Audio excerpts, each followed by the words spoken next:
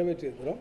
நான் அவர்களிடத்தில் சொல்கிறேன், ஒன்றிய அரசாங்கத்திலிருந்து நமக்கு நிதிகள் வராத பட்சத்தில் நம்முடைய எஸ்ஓடிஆரை வைத்துக்கொண்டு நம்முடைய எஸ்ஓடிஆரில் நமக்கு இருந்திருக்கக்கூடிய அதிகபட்சமான பொருளாதாரத்துக்கு நமக்கு வந்திருக்கக்கூடிய நிதி ஆதாரங்களை நாம் உருவாக்கி பொருளாதார வளர்ச்சி 2 டபுள் டிஜிட்டாக இன்றைக்கி கொண்டு வந்திருக்கோம். 11.19% கொண்டு. கடன் பற்றி நீங்கள் பேசுகிறவங்க யாரும் ஏன் இந்த பொருளாதார வளர்ச்சியை பற்றி பேச மாட்டாங்க?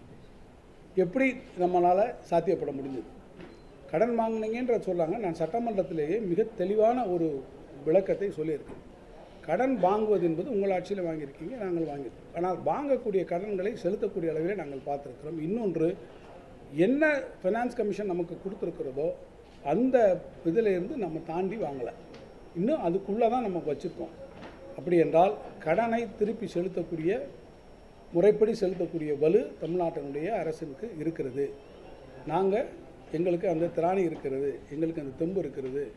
கடன் வாங்குவதை கூட கடன் வாங்கி எந்த திட்டங்களுக்காக நாங்கள் செலுத்துகிறோம். இப்போ நான் இதில் சொல்லியிருக்கிறதுல எத்தனை கேபெக்ஸில் நம்ம சொல்லியிருக்கிறோம்.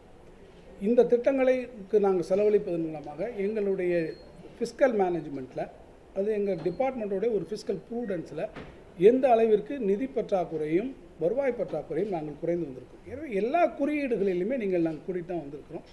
கடனை பொறுத்த மட்டிலே கடன் வாங்கக்கூடிய எந்த நிலைமைக்குள்ளே இருக்கிறதோ அந்த நிலைமைக்குள் தான் நாங்கள் வாங்கியிருக்கிறோம். இது குறித்த மிகப்பெரிய விளக்கங்களை சொன்னதுக்கு பிறகும் கடன் வாங்குகிறீர்கள் என்று சொல்லுவார்களுடைய வாங்கிய கடனை எப்படி நாங்கள் செலவழிக்கிறோம், அது பொருளாதார மேம்பாடாக குறியீடுகளாக எப்படி மலர்ந்திருக்கிறது என்று அதையும் பாராட்டி சொன்னால் அந்த விமர்சனங்கள் பொருத்தமாகும்.